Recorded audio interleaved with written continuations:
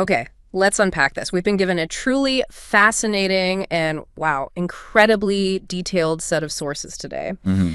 They offer a really deep look into the many, many challenges faced by teachers once they've, crossed the age of 50. That's right, and it's quite specific. But what makes this material particularly valuable, and frankly the reason it warrants a deep dive like this, is that it doesn't just list the problems. No, it goes further. It provides a remarkably comprehensive guide, really outlining concrete pathways for managing and solving these issues. Exactly, and it looks at it from different angles. Yeah, three distinct but interconnected levels from the perspective of the individual teacher themselves. What they can do personally. Right. Then from the perspective of society at large. The community, the environment around them. And finally, from the perspective of systemic policy changes needed. The big picture stuff. That's right. The source material is quite specific, as you said. It identifies over 48 distinct types of problems. It's a lot. 48. Wow. Yeah. And these span a wide range, from physical health and mental well-being to navigating technology, which is a big one these days. Huge. Managing social dynamics across generations, handling language and expression issues, and even addressing specific challenges related to teaching methodology itself. So it really covers the whole spectrum of a teacher's life and work. It does. And it's presented not just as, like, a list of hurdles, but more like a practical roadmap. A roadmap for overcoming them. Exactly. Specifically tailored for those experienced educators who are navigating the later stages of their careers. Right. So this deep dive isn't just a general discussion about aging, is it? No, not at all. It's specifically focused on how the process of aging intersects with the unique and, let's face it, demanding profession of teaching. Very demanding. It's about acknowledging the immense value and experience that these educators bring. Decades in the classroom. Absolutely. That's a key theme in the sources, valuing that experience. And understanding the specific changes they might face. And crucially, finding ways to ensure that these seasoned teachers can not only continue effectively in their roles, To actually thrive. exactly, thrive and contribute to their fullest potential, drawing on that lifetime of accumulated knowledge and wisdom. And for you, our listener, our mission for this deep dive is to go beyond just summarizing. We really want to extract the most important and actionable nuggets of knowledge from this extensive guide. Actionable, yeah. Practical takeaways. Right. We'll walk through the self-management strategies proposed for the teachers themselves, exploring the practical steps they can take day to day. Okay. Then we'll pivot to look at the vital role society can, and the source argues, must play in providing support, respect, and an enabling environment. Right, the community aspect. And finally, we'll examine the systemic policy changes suggested to create a more age-inclusive and supportive educational framework from the top down. The rules, the structures. So what does all this mean? Well, for you, it's an opportunity to gain a really deep and nuanced understanding of the complexities faced by experienced professionals in a field as absolutely critical as education. Foundational. Especially in today's world that feels like it's constantly shifting under our feet, It really does. And it powerfully illustrates how complex societal issues like this one can't really be solved with just one single approach. Oh, silver bullet. Exactly. Instead, they require a truly multi-pronged strategy involving individual effort and agency, What the person does themselves. active community support and engagement, People around them helping out. and thoughtful, intentional, institutional policy. System making changes. And just to be absolutely clear, everything we're discussing today, all these details, they're drawn exclusively from the source material provided for this deep dive. We're sticking strictly to the guide. Right. This is a very comprehensive look at a really important topic. So where should we start? Maybe with that first layer. The source material delves into the self-management toolkit. Okay, yeah, let's jump right into that. This section, it seems, is framed around empowering the individual teacher. Agency. It highlights their personal agency and responsibility in staying capable, effective, and influential, even as they navigate the challenges that can, sometimes accompany aging. Right. It's not passive. And the source really emphasizes a necessary shift in perspective here, moving away from viewing age as a weakness or some kind of deficit. Which can happen easily, unfortunately. Right. And instead, seeing it as a rich, living repository of experience, something to be leveraged and valued. Precisely. The guide frames self-management as the teacher's own proactive commitment. It's about maintaining their continued effectiveness and well-being. Proactive, yeah. Not waiting for problems. Exactly. It's about recognizing that certain changes may occur with age, not definite, but possible, and then adopting specific proactive strategies to maintain their existing strengths. Build on what they've got. And thoughtfully address potential new vulnerabilities or difficulties as they arise.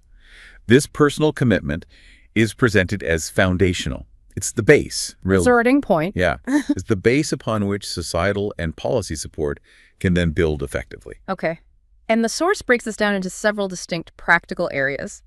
The first one, and maybe the most fundamental, is health management. The source uses the Nepali term "Kanakanan." Physical health first. This covers a wide range of physical issues that can become, well, more prevalent or maybe just more impactful with age. Yes, and the problems listed here paint a very real picture of potential physical hurdles. It's quite detailed. Like what specifically? Well, things like general physical fatigue, which can make those long teaching days really challenging. I can imagine. And the management of common chronic diseases like diabetes, high blood pressure, arthritis, things that require ongoing attention. Consistent management. Vision and hearing issues are highlighted as common concerns that directly impact communication and interaction in the classroom. Obvious, maybe, Yeah. but important. Yeah, fundamental for teaching. Sleep deprivation is another one. Digestive and urinary problems are mentioned. And various types of chronic or recurring pain, things like migraines, sinus issues, or bone and joint pain. Things that can really impact your presence and energy. Absolutely. They can affect a teacher's presence, energy levels, and just overall comfort while working. So what are the specific, actionable self-management strategies the guide proposes for these physical challenges? It sounds like it goes pretty deep. It does. For general health, the source strongly emphasizes regular health checkups. Okay. How regular? It suggests a comprehensive full checkup every 6 months, specifically mentioning checks for blood pressure, diabetes, bone density, and eye health. Every 6 months? That's proactive. Very. And this proactive monitoring is coupled with the crucial advice to diligently follow a doctor's recommendations. Right. Listen to the experts. Yeah. Regarding medicine, integrating practices like yoga, Yeah. or using vitamin supplements when advised by a doctor. It's all about consistent medical oversight. That sounds like taking personal health tracking really seriously. What about daily habits? Things teachers can do every day. Daily physical exercise is presented as absolutely key, non-negotiable almost. Okay. Like what kind? The guide suggests incorporating at least 30 minutes of walking, ideally in the morning or evening. Just walking. Simple enough. Simple but effective, along with regular stretching and light exercises to maintain flexibility and muscle tone. Right. It also offers a practical classroom tip, minimizing long, continuous periods of standing or sitting during the school day if possible. Moving around more. Yeah, maybe by integrating movement or varying activities in the lesson, just breaking it up. And diet and hydration are mentioned too, which seems fundamental for health, but maybe easy to overlook when you're busy. Absolutely. Often the first things to slip. The source advises adopting a balanced diet, specifically mentioning reduced amounts of oil and salt, focusing on foods that are easily digestible. Lighter foods, maybe. Seems like it. Maintaining regular and timely water intake throughout the day is stressed as vital for energy and bodily functions. Drink more water. Always good advice. Always. Establishing fixed meal times is also recommended to support digestive health and energy levels. Keep it regular. Okay. For more specific health practices, it reiterates the importance of yoga, light stretching, and maintaining consistent sleep and wake times. Routine is key. Routine, yeah. It even suggests considering traditional approaches like Ayurveda or specific home remedies where these are deemed appropriate and safe, of course. Interesting. And specific tips for eye care, too. That makes sense with all the reading and screen time involved now. Yes, definitely needed. The guide explicitly mentions the widely known 20-20-20 rule. Oh, yeah, I've heard of that. Take a break every 20 minutes, look at something 20 feet away for 20 seconds, just to reduce eye strain. Simple, but probably effective. And ensuring good lighting in classrooms and workspaces is also highlighted. Makes a difference. Sure. And importantly, it encourages teachers to use necessary aids like glasses or hearing aids without any hesitation or feeling of self-consciousness. Yeah, just use the tools you need. Exactly. It's a practical step to ensure they can fully engage with their students and their environment. No stigma. Good point. And sleep hygiene strategies are included, recognizing how much sleep impacts everything else. Big impact. To combat sleep deprivation, which can make so many other issues worse. Definitely. The source suggests reducing screen time in the hour or so before bed. We all know we should do that. Guilty. Oh, yeah. Practicing meditation is recommended to help quiet a busy mind and manage worries that might interfere with sleep. Calming the mind. And simple calming routines like drinking warm milk or washing feet with warm water before sleeping are also listed as potentially helpful habits. Old-fashioned remedies almost. Some of them, yeah, but maybe they work. Digestive and urinary issues are also addressed with specific, practical tips. Seems quite comprehensive. It really tries to cover the bases. These include keeping meals light, eating high-fiber foods to support digestion, drinking warm water, and maintaining timely bathroom visits. Don't ignore the signals. Practical stuff. Yeah. For common issues like gas, indigestion, or constipation, it suggests leveraging the properties of medicinal herbs or simply using warm water. Everyday habits that can make a difference. And for managing pain, migraines, sinus pain, bone pain, that can be really debilitating, especially in a physically active job like teaching. Absolutely. The guide recommends adopting stress reduction techniques, as stress can be a significant trigger for conditions like migraine. Makes sense. Stress affects everything. It really does. It also suggests avoiding known environmental triggers, exposure to cold air, strong smells, or bright flickering lights that can set off headaches for some people. Knowing your triggers. Exactly. And for bone and joint pain, learning and consistently practicing specific exercises designed to maintain mobility and strength is advised. Keep moving, basically. That's a very detailed and practical set of physical strategies, really emphasizing that proactive care, isn't it? It really is, taking responsibility for your physical well-being. Okay, moving beyond the physical, the source also addresses mental and psychological management, or Chaplanet. What are the key problems highlighted in this area? This covers a range of issues that can impact a teacher's emotional state and cognitive function, which then directly affects their presence and effectiveness in the classroom. Like what kind of issues? Problems include things like irritability, general stress and anxiety, feelings of depression or low mood. Common pressures? Yeah. Loneliness, guilt, self-doubt, reduced self-esteem, and also cognitive issues like forgetfulness or maybe getting off topic during teaching. Which can impact confidence, I imagine. Hugely. It can significantly impact a teacher's confidence and their interactions with students and colleagues. So what are the self-management strategies proposed to address these psychological challenges? Well, meditation and regular self-reflection are strongly recommended again here. Meditation comes up a lot. It does. Setting aside some silent time each day for introspection and calm. Self-acceptance is also presented as a key practice. Accepting yourself, flaws and all. Kinda, yeah. And reinforcing that through using positive affirmations. Repeating phrases like, I am capable, I am experienced, to counter that negative self-talk. Actively fighting the negative. Yeah, that really ties into the idea of developing a positive mindset, which seems crucial here. How so? The source explicitly encourages teachers to consciously shift their internal dialogue. So instead of dwelling on thoughts like, I'm falling behind or I can't keep up. Which must be easy to do sometimes. Very easy. The focus should be on reframing their self-perception to recognize that they possess a treasure of experience. That exact phrase is used. A treasure of experience. I like that. It's good, isn't it? It's about embracing curiosity towards new things, seeing them as opportunities to learn, not threats to their existing knowledge. So not being afraid of change. Exactly. Which is vital in education today. Anxiety management is also explicitly addressed. How do they suggest managing anxiety? The guide offers practical advice.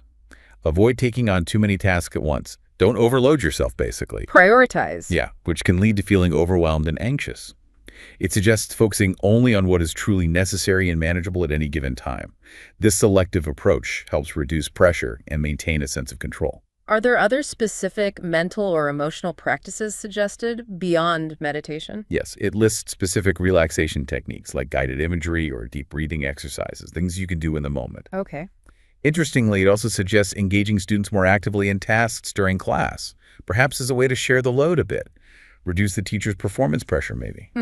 Interesting angle. Get the students involved. And it even suggests engaging with humor, recommending watching or writing humorous content as a way to manage stress and lift the mood. Laughter is good medicine. Apparently so.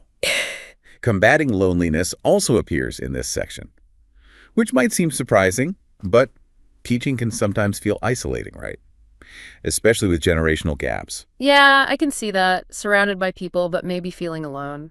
It can happen. The source recognizes this and suggests proactive steps to maintain social connection. Like what? Things like consciously, including enjoyable tasks in the daily schedule, something just for you. Little treats. Yeah. Participating in social media or online teacher groups to connect with peers who understand. Finding your tribe online. Exactly. And even finding companionship by spending time with pets or plants at home. Simple things. Nurturing something. Right. Small but significant ways to nurture a sense of connection and purpose outside of the core teaching duties. And for dealing with those feelings of guilt or self-doubt, when you compare yourself to younger colleagues or new methods, that must happen. Oh, sure. The guide recommends actively countering these feelings by recalling positive experiences. Focusing on the wins. Basically, yeah. Reflecting on the progress and achievements of students they have taught over the years. That provides tangible evidence of their impact. Right, that's powerful. Remembering the difference you made. Definitely. It also suggests writing positive affirmations again and consciously remembering past praise, recognition, or honors received, reminders of their value. Building yourself back up. And specifically to boost self-esteem. Yeah. The source suggests taking initiative in professional development, either by participating in training sessions themselves or maybe even leading training for others within the school. Sharing their expertise. Exactly. Reinforces their expertise and leadership potential. And critically, it advises maintaining the perspective that learning and growth are possible and valuable at any age. Lifelong learning. Challenging that notion that learning just stops at a certain point in your career. It doesn't have to.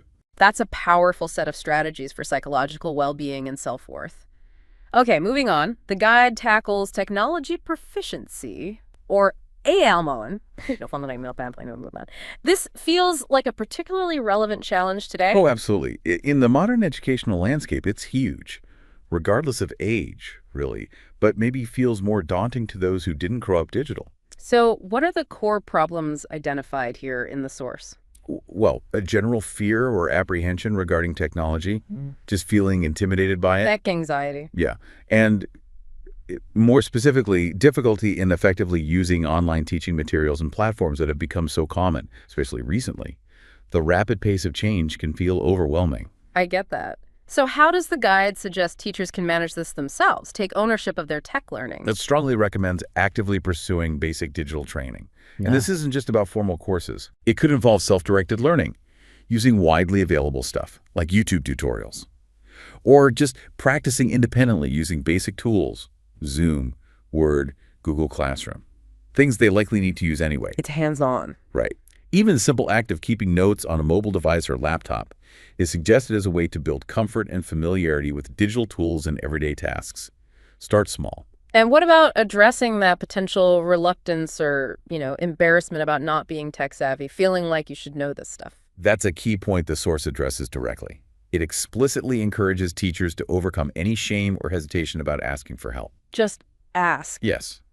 It suggests reaching out to younger teachers or even students, and it offers a nice reframing perspective. How so? Viewing students who are tech-savvy not just as helpers, but as assistant teachers for small technical tasks. Empowering the students, too. Exactly. It makes the interaction feel more collaborative and less hierarchical, less like admitting defeat, maybe. Clever. Setting specific, manageable learning goals is also mentioned, like for any new skill. Yes. Classic learning strategy. The guide suggests dedicating a small amount of time daily, maybe just 15 minutes, specifically to learning something new about technology. Bite-sized learning. Right.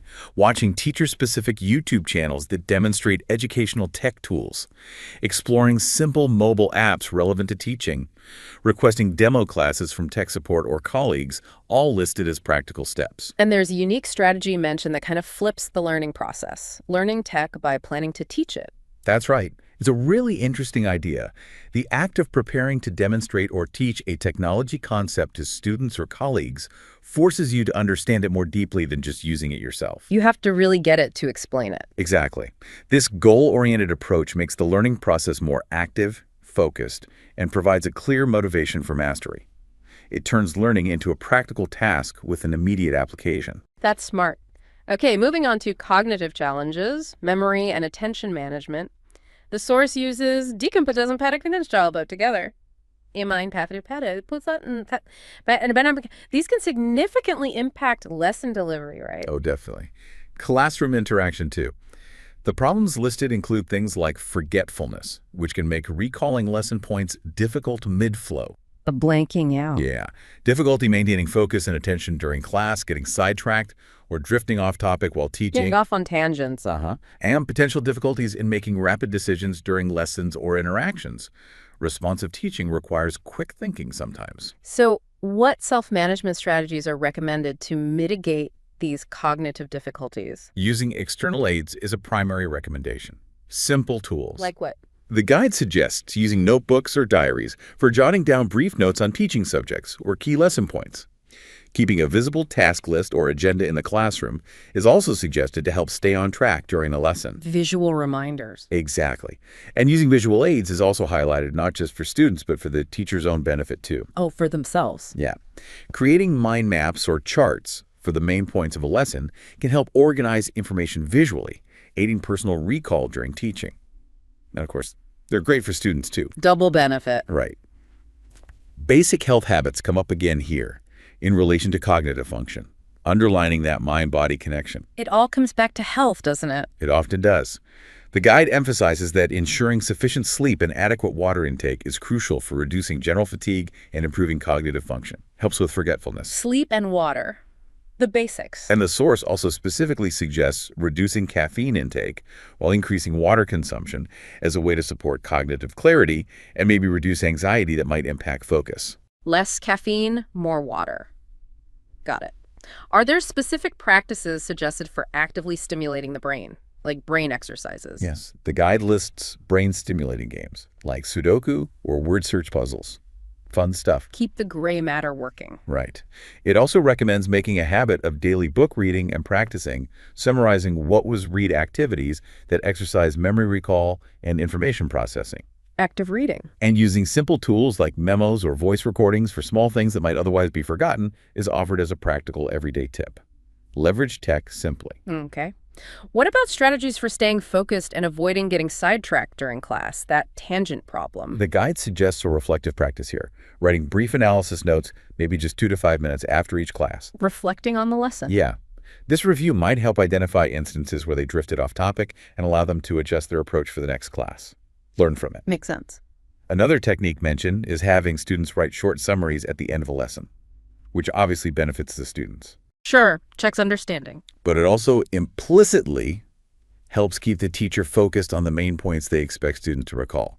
Keeps them anchored. Interesting. For improving general focus and managing energy during a teaching period, incorporating short breaks or micro breaks is recommended. Quick pauses. Just brief ones. The source also suggests adopting a single tasking strategy, consciously focusing on completing one task or explaining one concept fully before moving on. Not juggling too much. Avoid multitasking. As seems to be the advice. And for difficulties related to decision-making, which can be important in responsive teaching. Yeah. The force suggests a structured approach, maybe evaluating lists of options when faced with a decision. And it also advises starting by practicing making small, low-stakes decisions to build confidence in their decision-making process. Practice makes perfect, even with decisions. Kind of, yeah. Build that muscle. That provides a lot of practical techniques for managing cognitive changes. Next, the guide looks at educational practice, or FUCHA, focusing directly on the teaching and pedagogy itself. Right, the core job. The problems highlighted here relate to the delivery and content of lessons. Such as? Difficulty in adjusting teaching pace, or maybe simplifying concepts effectively for all students. A tendency to stick too rigidly to old or perhaps outdated teaching methods. We've always done it this way. That kind of thing, yeah. And difficulty in understanding or implementing new curriculum guidelines or evaluation systems, which seem to change quite often. Keeping up with the changes. So, how can teachers manage these specific teaching-related challenges themselves? The guide suggests strategies to bring both speed and simplicity to teaching, but not by rushing. Okay, how then? Instead, it's about actively engaging students more, using short, clear examples, incorporating small, interactive activities instead of relying too heavily on long, uninterrupted lectures. Break it up, make it interactive. Exactly. Makes the material more digestible and the pace feel more dynamic. Right. It strongly emphasizes the importance of not rigidly sticking to old ways, This requires a conscious effort to understand new curriculum frameworks and current evaluation systems. Stay current. Needs active effort. Definitely. Taking necessary training sessions and engaging in collaborative group discussions with colleagues are recommended as ways to stay up to date and adapt to their teaching approach. Learn from peers. And comparing their extensive work experience with current textbook knowledge is listed. That sounds interesting. Yeah, it suggests a process of reflection where teachers can compare their real-world practical experience, decades of it, potentially, with the knowledge presented in current academic materials or textbooks. Bridging theory and praxis. Exactly.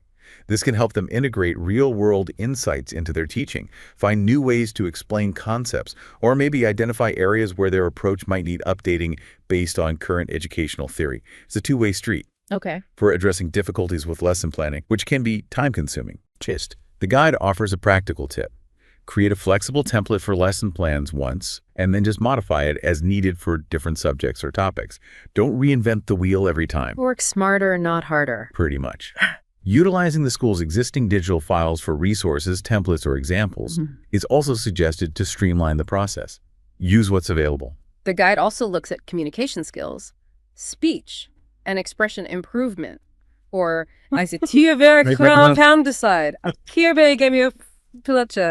clear communication is fundamental to teaching, obviously. Absolutely critical.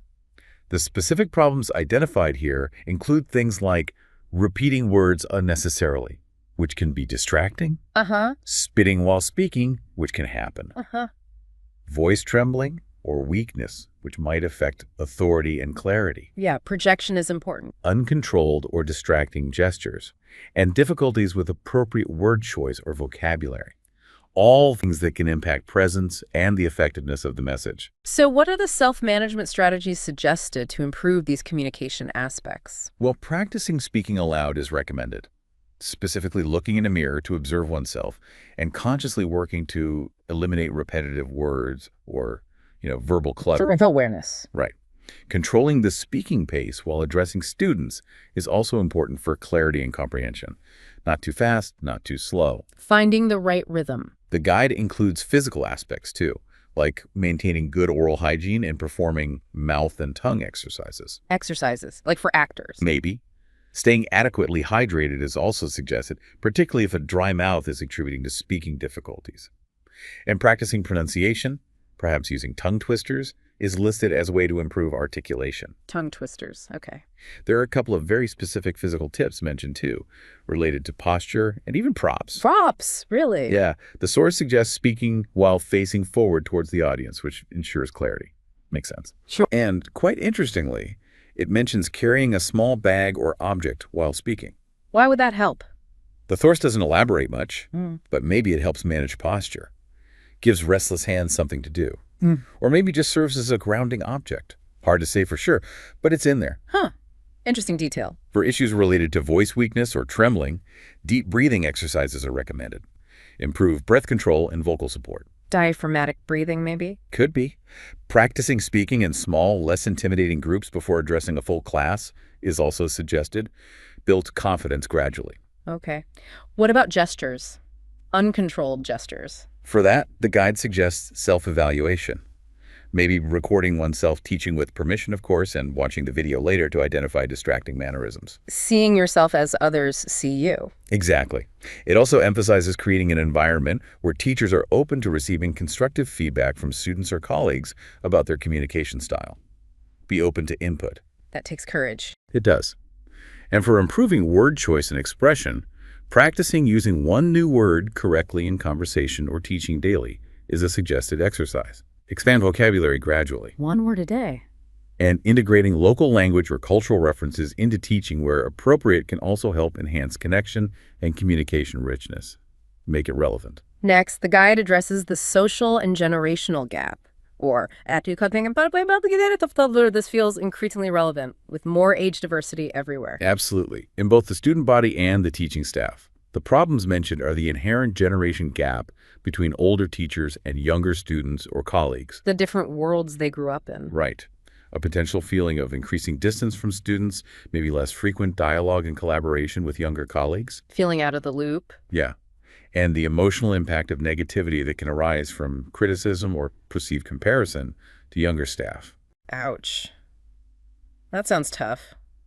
What strategies does the source propose for teachers to actively manage this gap themselves and foster better connections? A key attitude recommended is having a listening ear towards students and younger colleagues, actively trying to understand their perspectives and experiences. Genuine curiosity. Exactly, asking questions out of genuine curiosity, being open to their world.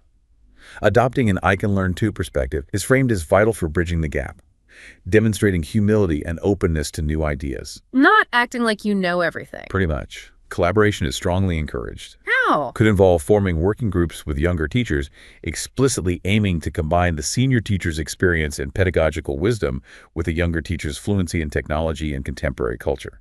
A real synergy. Best of both worlds. Hopefully. The source suggests making an effort to understand the new generation's communication styles, which can differ significantly, right? Texts, emojis, slang. Totally different language sometimes. Yeah. And keeping reasonably informed about current social media trends, popular culture, general youth activities.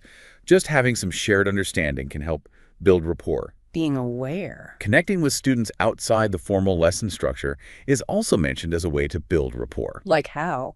Having informal dialogue outside of class time, using appropriate humor, sharing relevant personal stories, maybe engaging with them around shared interests like sports, if applicable. Showing your human side. Exactly. Giving positive feedback on student intentions, even if the execution isn't perfect, is also highlighted as a way to encourage and connect. Focus on the effort. Nice touch. What about connecting with colleagues across the age gap? The guide suggests actively participating in teacher groups or committees where work is divided. Fosters shared responsibility and interaction. Working together on tasks. Right.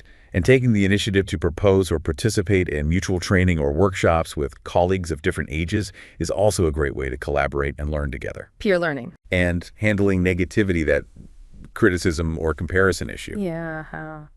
The strategy suggested is to consciously try to see accumulated experience and suggestions for improvement from others as opportunities for growth rather than personal attacks. Reframe it positively. Yeah.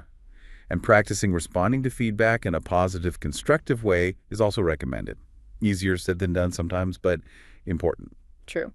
The guide also covers maintaining self-esteem and motivation, or maybe PTRFS. Feeling valued and motivated is so crucial for job satisfaction, isn't it? Absolutely. And effectiveness, too. Mm-hmm. The core problems listed here include difficulty in accepting one's own weaknesses or limitations. Being hard on yourself. Yeah. A potential decrease in overall motivation or enthusiasm over time, which can happen in any long career. And that pervasive feeling of being left behind or outdated in a rapidly evolving profession. Feeling irrelevant, maybe. That could be part of it. So how does the guide suggest teachers can proactively maintain their morale and sense of purpose? What are the strategies? Continuity in self-development is presented as crucial. Keep learning, keep growing. Never stop learning. Right. Actively seeking opportunities to read books, write articles, participate in ongoing training, demonstrating a commitment to lifelong learning. Adopting a what is possible mindset. Focus on the positive. Rather than dwelling on what is left or lost, is suggested as a powerful psychological reframing. Focus on potential, not perceived decline. Okay. Engaging in positive behaviors that boost morale is recommended, like seeking out positive interactions with other teachers, students, parents. Surround yourself with positivity. Build good relationships. And sharing one's own experiences and career journey with students sometimes, framed as a message or life lesson, can also be incredibly empowering and reinforce their own value. Storytelling as inspiration. For the difficulty in accepting weakness, the source suggests a structured approach. Writing self-assessments regularly. Self-reflection again. Yeah, and asking themselves specifically, what can I improve? Maybe on a monthly basis. This frames weaknesses not as failures, but as specific areas for targeted growth, actionable improvement. Okay. And for actively boosting motivation and countering that feeling of being left behind. Finding motivation in the tangible impact of their work is highlighted again, feeling proud and re-energized when seeing student progress and success. Connect back to the why. The core mission of teaching. Exactly. Reading biographies of inspiring people, particularly those who achieved great things later in life or navigated challenges, is also recommended for inspiration. role models. And to counter the feeling of being left behind by the pace of change, the guide suggests consciously remembering the vast path already traveled in their career. Acknowledge the journey. Look back at accomplishments. Right, and accepting that a personal pace of adaptation is valid and okay. You don't have to keep up with everything instantly. Be kind to yourself. Seems like it. Class management improvement,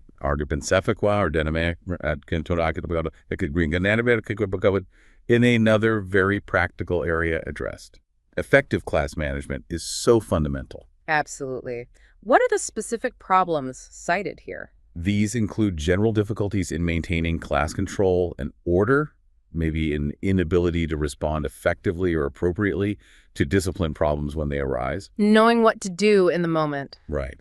And difficulty in consistently focusing and maintaining student attention throughout a lesson, especially with distractions today. Keeping them engaged. So what self-management strategies does the guide suggest for teachers to enhance their class management skills? Well, the guide stresses the importance of projecting a strong and disciplined presence in the classroom. Presence, how? Starts with seemingly simple things like entering the class with confidence and speaking with assertiveness and clarity. Your demeanor matters. Body language and voice. Exactly. It also offers a crucial perspective shift, viewing every student's behavior professionally. Analyzing it from an educational standpoint rather than taking it personally. Detaching emotionally a bit? Kind of. So you don't have an emotional reaction, which might not be productive. Yeah. Effective time management within the class period is also presented as key. Using the time well? Breaking down teaching subjects into shorter, more digestible segments is suggested. Allows for varied activities, maintains student focus better. Chunking the lesson. And including short rest periods or transitions as needed can also help manage the flow and prevent restlessness. Plan for breaks. Okay. For overall class control, the guide suggests involving students, cooperatively creating class rules with students. Giving them ownership. Fosters a sense of shared responsibility. Using group activities and collaborative group work is also recommended as a way to keep students engaged and minimize disruptive behavior. Active learning. Right. What about handling specific discipline problems? The strategy proposed is careful observation. First, silently assessing the situation before engaging in a private conversation with the student involved. Assess before acting. Right. The guide also emphasizes explaining mistakes or consequences in a practical, logical manner and with empathy. Help the student understand the impact rather than just imposing punishment. Restorative approach, almost? Seems like it. And for the challenge of focusing student attention, keeping them tuned in. Yeah, the big challenge. The guide suggests making lessons more engaging by using interesting visual aids, pictures, videos, or even incorporating elements of drama or role-playing. Mix it up. Make it stimulating. And crucially, it mentions the potential of using gamification in the teaching learning process. Gamification, like points and stuff. Yeah, incorporating game-like elements, points, challenges to increase student motivation and focus. Tapping into that desire to play and achieve. Interesting. Finally, under this big umbrella of self-management, the guide addresses long-term vision and planning. The Nepali term is giftak. Apple is a thirst. Skip the spin can. It give pat.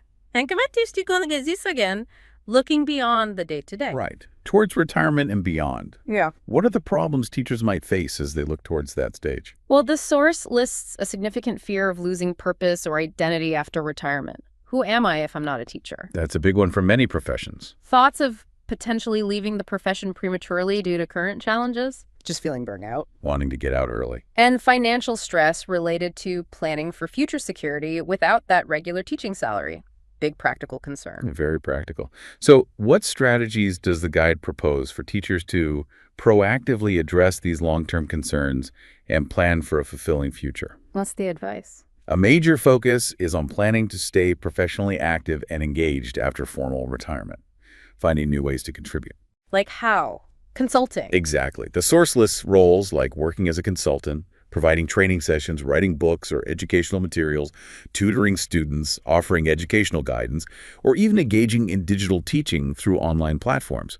Lots of options. Leverage that experience. Right. Considering a transition within their current school before retirement is also suggested. How so?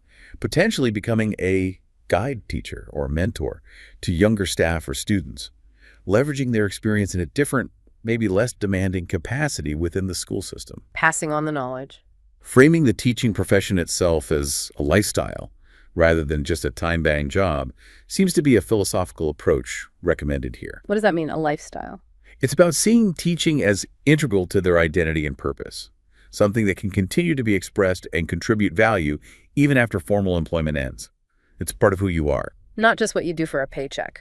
Exactly. The guide suggests roles like becoming a training coordinator, an educational guide in the community, or a writer as extensions of this lifestyle, still contributing. Okay.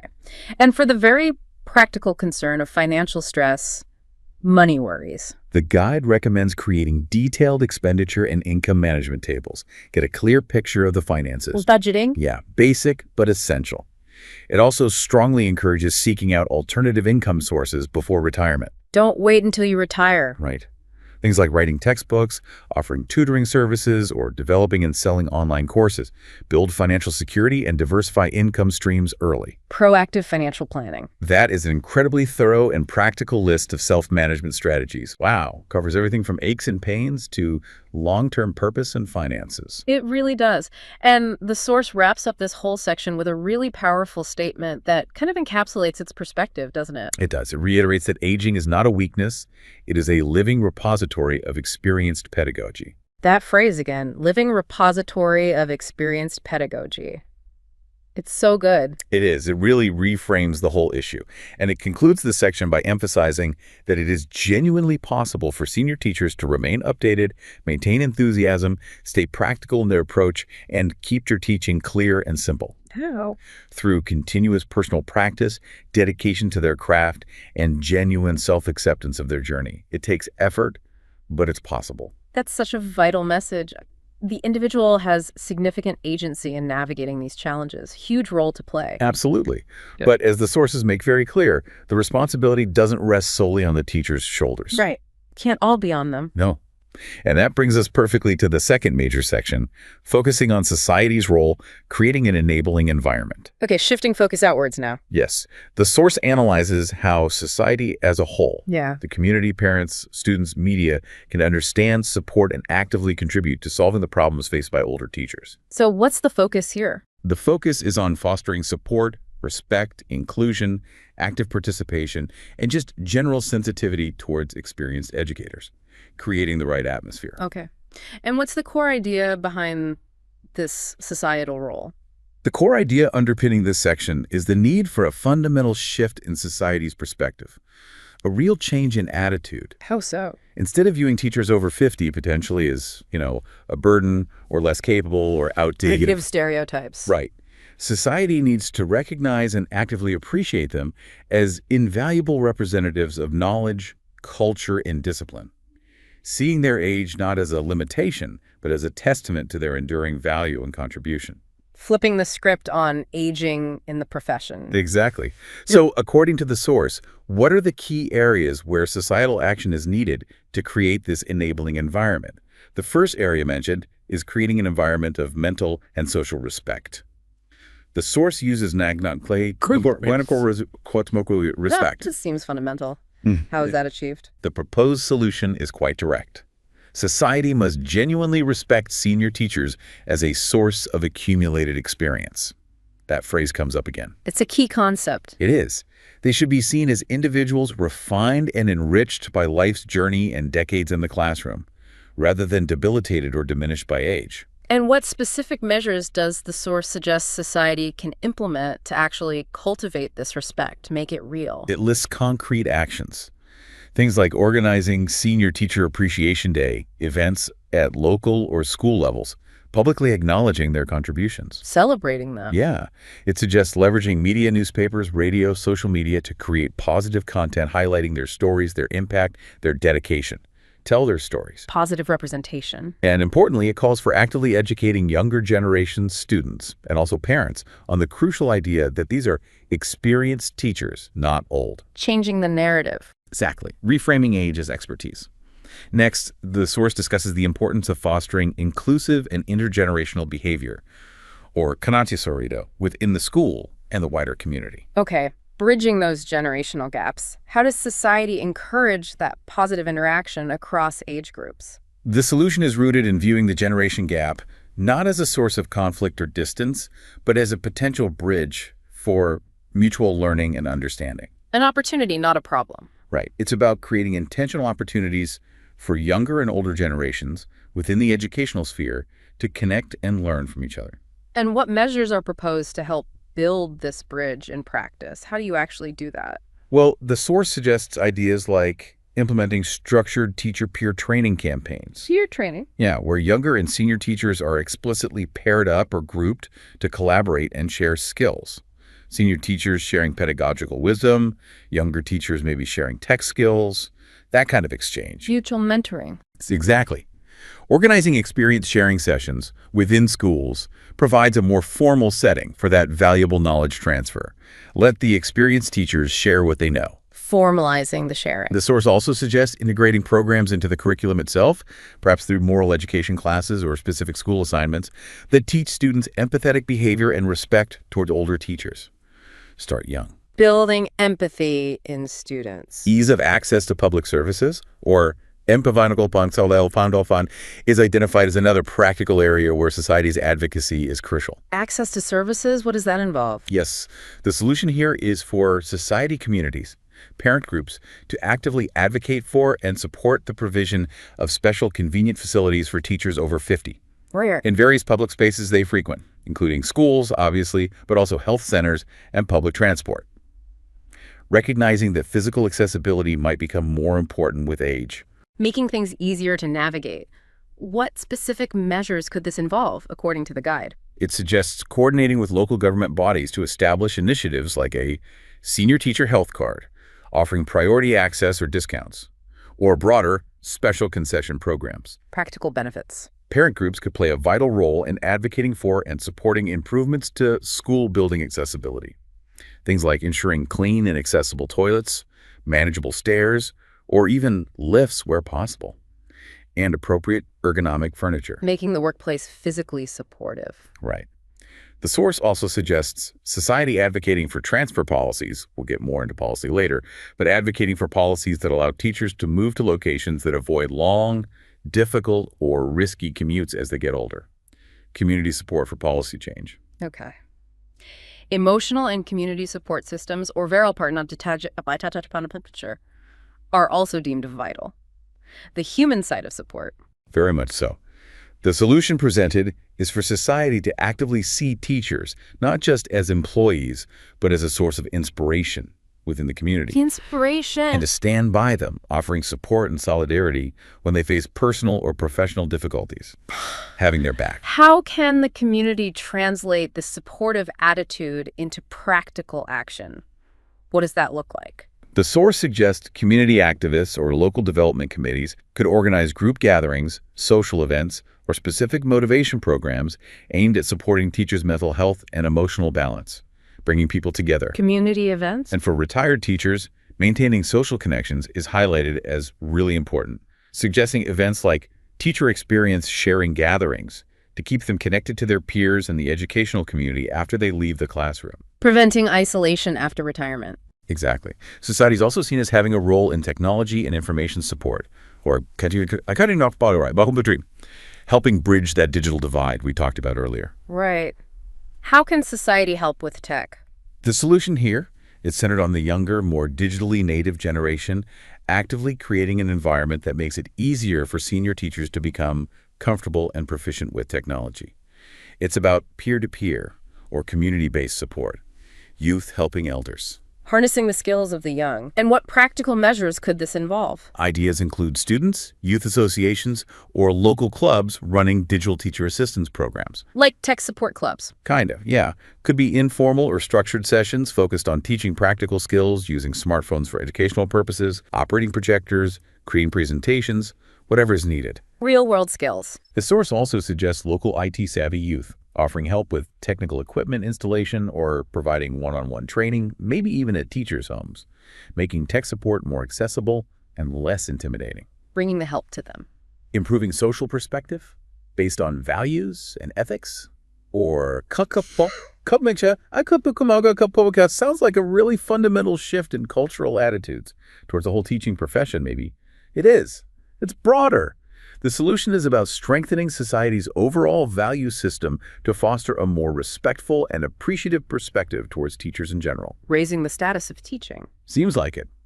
This aims to counteract any tendency to undervalue or disrespect educators, especially as they age, building that foundation of respect. What measures are proposed to try and influence this broader cultural shift? How do you change societal values? Big question. The source suggests running public awareness campaigns through various media platforms, radio, TV, social media. Getting the message out. Yeah, with powerful messages like, teachers are the backbone of the nation, respect age, really hammering home their importance. Public service announcements, perhaps. Could be. It also recommends embedding the importance of supporting senior teachers into institutional practices, like establishing a regular agenda item specifically for issues related to senior teachers in every school management committee meeting, making it routine. Building it into the system. The final area under society's role is ensuring inclusion in the participatory school management system, or making sure their voices are heard in governance. Right.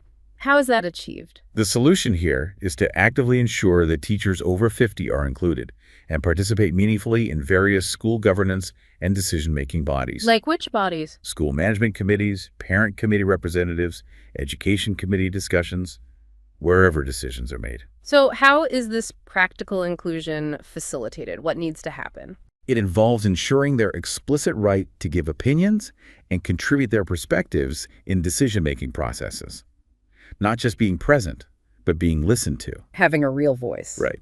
The source also suggests assigning them specific roles that leverage their experience, like participating in internal school evaluation processes, providing consultation on curriculum development, or coordinating aspects of policy implementation at the school level, using their expertise. Giving them meaningful roles. Exactly. Ensures their voice and experience are not lost, but actively utilized for the school's benefit.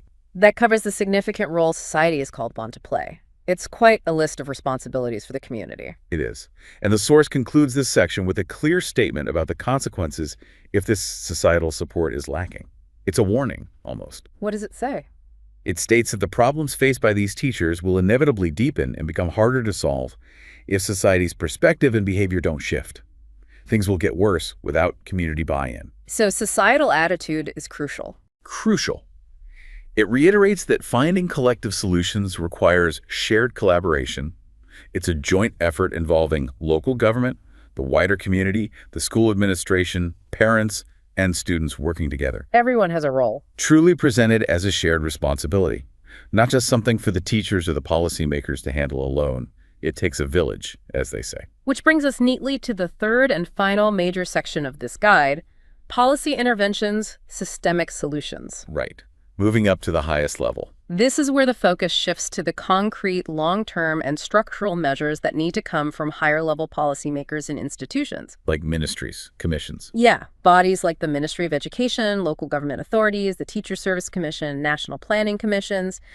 This section focuses on creating those organizational and legal frameworks for support. Exactly. These are the changes that go beyond individual effort or local community action. They require systemic decisions and resource allocation to create a fundamentally more supportive environment for experienced teachers across the entire education system. Big changes. Okay. The first key area for policy action listed is age-appropriate work allocation policy, or but what's the specific problem this policy aims to solve? The problem is the potential difficulty senior teachers might face in bearing the exact same class-level assignments, workload intensity, or physical demands as they did earlier in their careers. Things change. Physical capacity, energy level. Right. They can change, making certain assignments more challenging or even unsustainable. So what policy solution does the source propose for this? How do you allocate work appropriately? It suggests establishing a formal policy provision that allows for assigning perhaps easier subjects or teaching lower secondary or primary level classes, which might have different demands than high school. Different age groups, different challenges. Or assigning co-teaching roles where responsibilities can be shared, not carrying the whole load alone. Team teaching. It also recommends policy measures to compensate for or reduce additional physically demanding tasks, often assigned to teachers supervising sports, leading parades, heavy committee work, things beyond direct teaching. Acknowledging the physical toll. Next is the critical area of teacher aging health security policy, or health challenges are such a significant factor, as we discussed. Policy needs to address this. What problem does this policy directly target? This policy addresses the range of health problems senior teachers may face, the associated and potentially rising costs of medicine and treatment. Healthcare costs can be huge. Exactly. And the potential lack of easy access to necessary healthcare as they age. These are financial and logistical burdens that policy can really help alleviate. So what are the policy solutions suggested by the guide here? Establishing an alternative health insurance program specifically tailored for teachers over 50, or creating a dedicated teacher health fund they can access, is proposed. Financial support for health. Right. The policy should also include provisions for priority service and discount cards at government health institutions to make healthcare more accessible and affordable. Cutting through red tape, maybe? Might be easier to get care. And crucially, it suggests a legal provision for mandatory, free annual health checkups for teachers over 50.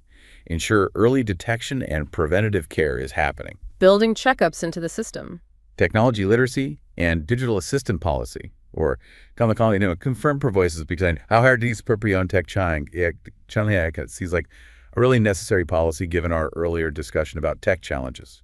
Systemic support for tech skills. Yeah, can't just rely on individuals asking for help. Absolutely essential. The problem this targets is the difficulty many senior teachers experience in effectively using new technologies and navigating online teaching environments, which are now just integral to education. So what policy interventions are recommended at the systemic level for tech?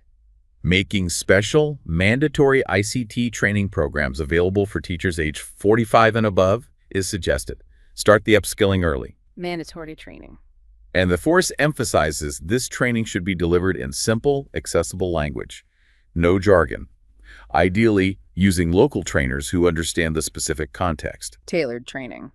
It also proposes a policy framework for establishing digital assistant teachers or volunteers, formalizing roles for tech-savvy students or young community members to provide ongoing technical support within schools. Embedding tech support. And the government could also incentivize the development of simple, user-friendly online teaching tool applications specifically designed with the needs and potential limitations of senior teachers in mind. Purpose-built tools. Making tech easier to use. There's also a strong call for flexibility within the teacher transfer policy. The source uses Tadi Kredja. And Courtier makes making transfers easier. What problem does a rigid transfer policy create for older teachers that policy needs to address? Why is flexibility needed?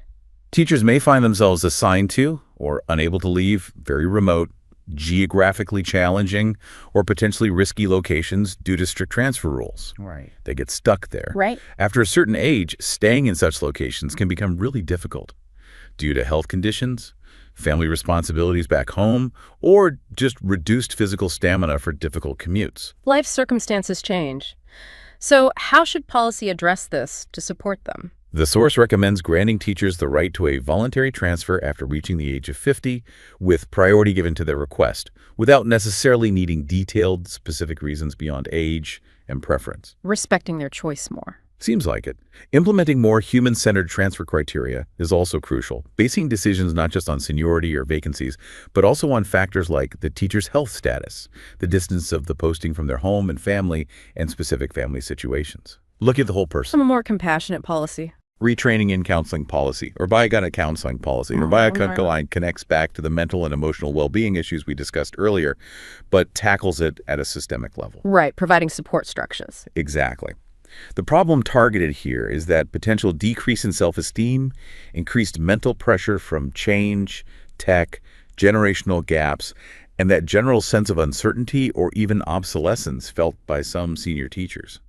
How does policy provide this support? What's the solution? The source proposes the establishment of dedicated senior teacher counseling centers, maybe in every municipality. Accessible mental health support. Yes. Suggesting this could be a collaborative effort between education and health ministries. Pool resources. Developing a specific government-backed policy for senior teacher motivation programs is also recommended, providing ongoing psychological and professional encouragement system-wide. Keeping morale up. The source also suggests a structured, pre-retirement transition program. The Nepali is Dukuhoin, most glaki how he got holden. This sounds like helping teachers ease out of their full-time role gracefully. Yeah, not just a sudden stop. Exactly. This policy directly addresses that potential dual burden faced by senior teachers as retirement approaches. The continued pressure of their current work responsibilities combined with growing uncertainty or anxiety about their life and purpose after leaving full-time employment. That transition phase. How would this program work in practice, according to the guide? What does it look like? The policy would transition teachers with, say, less than 5 years of service remaining into roles that are less demanding in terms of direct full-time classroom teaching hours. Scaling back the intensity. Right. Instead, they might take on roles as facilitators, mentors for younger teachers, or counselors for students, reducing the direct work pressure while still leveraging their experience in really valuable ways. Still contributing, but differently. Exactly. The source also suggests creating formal post-service role programs that identify and support roles retired teachers could fill. Things like becoming trainers for educational workshops, writers of curriculum materials or textbooks, or even contributing as school inspectors or evaluators, creating pathways after retirement. Keeping them engaged if they want to be. The teacher evaluation system itself also needs age-appropriate flexibility, according to the source.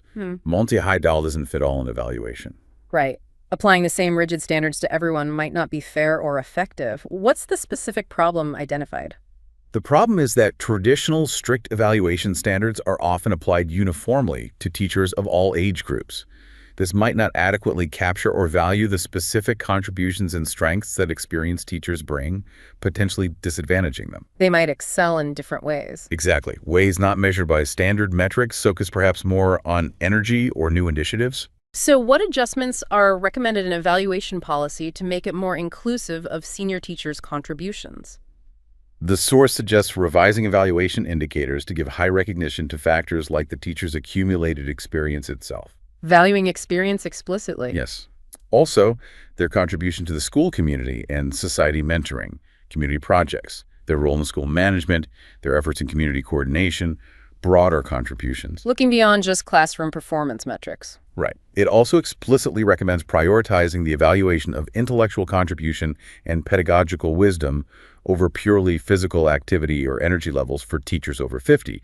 Assess what matters most at that stage. Shifting the focus of evaluation. The final policy area identified is a policy framework specifically for respect and motivation.